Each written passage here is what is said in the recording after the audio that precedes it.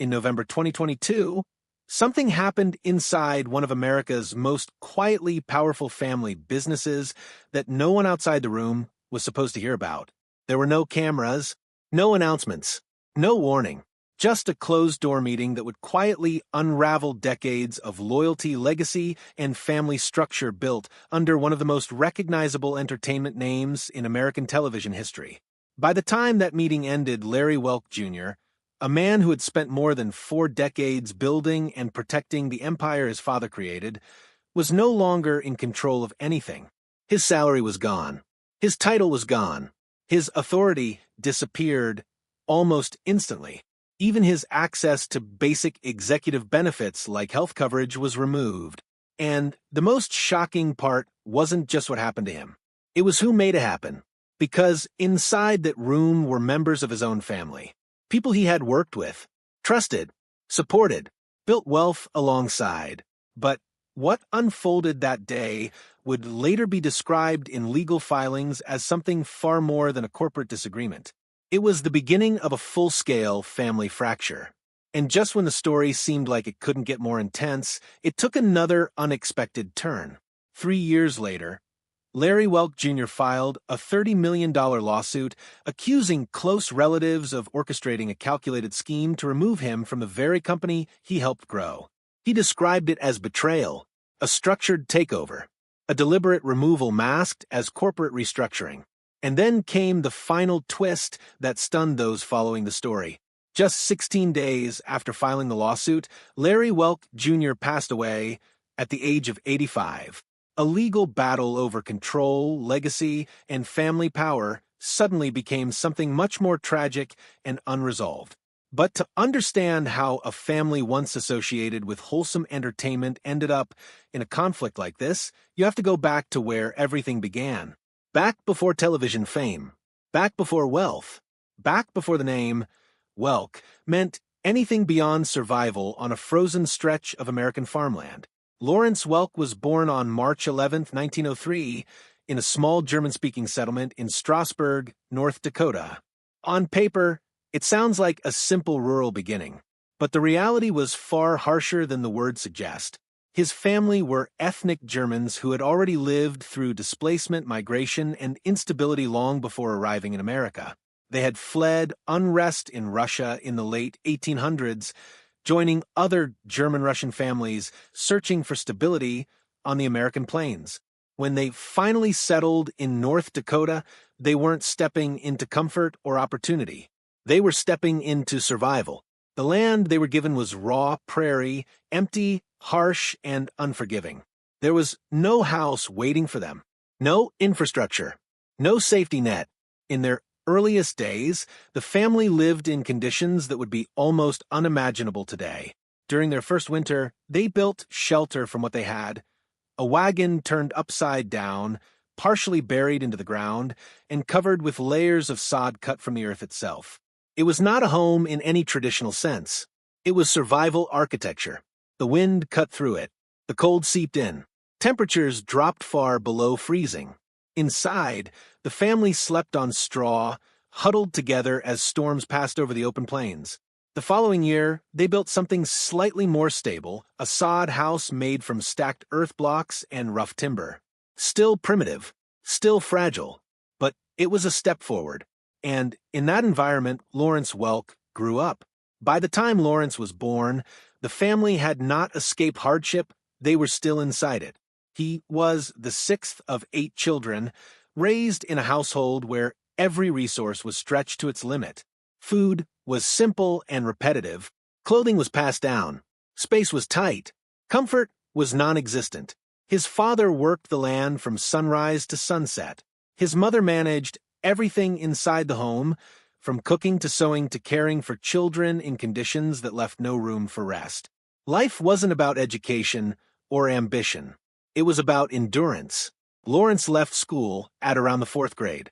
Around age 10, he was already expected to contribute to the farm. He fed animals, carried water, fixed fences, worked fields, helped wherever he was needed, and all of it was done in an environment where English was barely spoken at home.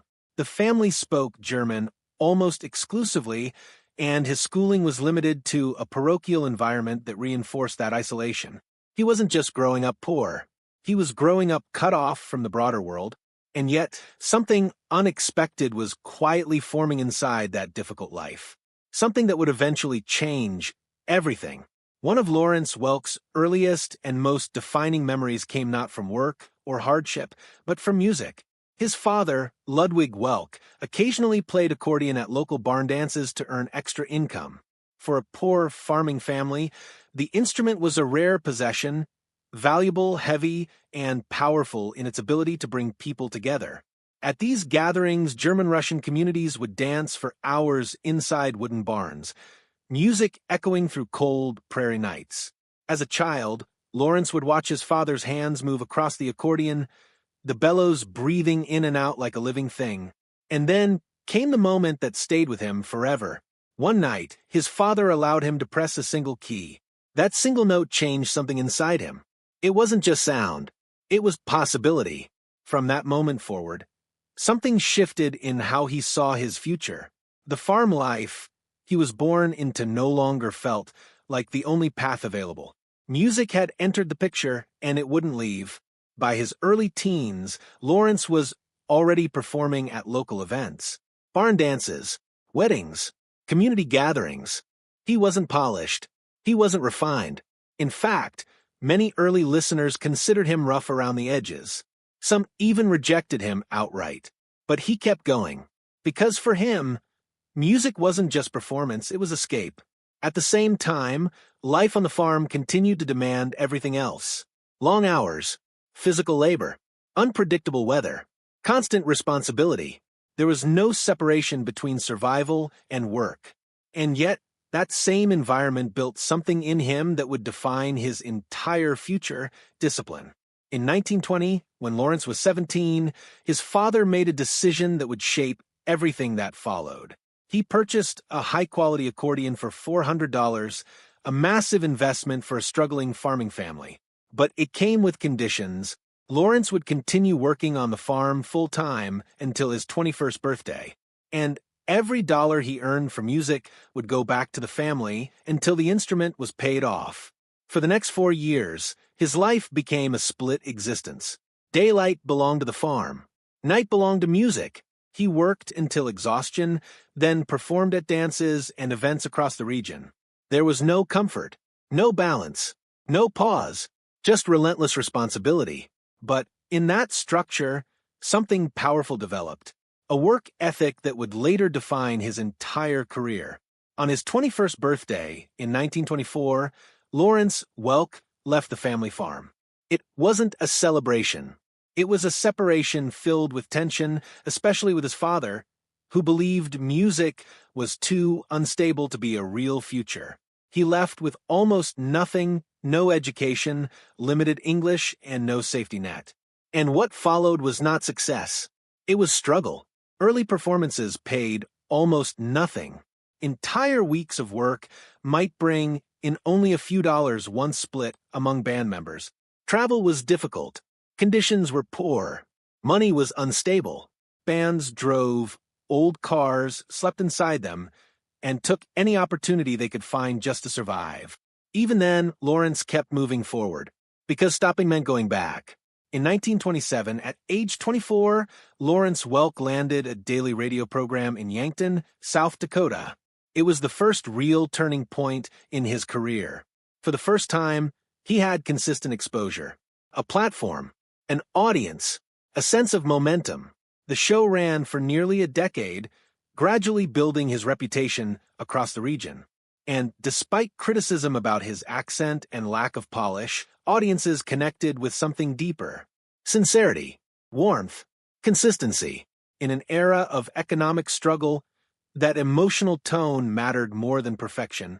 By the late 1930s, Lawrence Welk was no longer just a regional performer. He was shaping a musical identity that he called champagne music. Light, controlled, pleasant, structured. It was designed to feel safe and uplifting. That identity eventually carried him into television, where everything changed again. In 1951, he launched a televised version of his show in Los Angeles. By 1955, it went national, and by the late 1950s, millions of Americans were tuning in weekly. At its peak, his show reached tens of millions of viewers. He had become a national figure, a symbol of comfort television. But behind the polished performances and clean image was a tightly controlled system. As the show grew, so did Welk's influence over performers. Strict rules defined the environment. No drinking, no smoking, no scandals, but control extended beyond image. It extended into pay structures and career stability. Many performers were paid minimal wages, even while contributing to a highly successful national program. Over time, this created tension between the public image of harmony and the private reality of control. And that contradiction would follow the Welk name long after television's success peaked. Decades later, the Welk empire had evolved far beyond television. It became a multi-million-dollar business spanning real estate, music rights, and resorts. But with that growth came something more complicated: inheritance tension. Control passed through generations, but unity did not. By 2022, internal disputes erupted into open conflict. A leadership restructuring removed Larry Welk Jr. from his position entirely. Years of work inside the company were undone in a single decision. He responded with legal action alleging betrayal and mismanagement. And shortly after filing his lawsuit, he died, leaving behind not resolution, but controversy, division, and unanswered questions.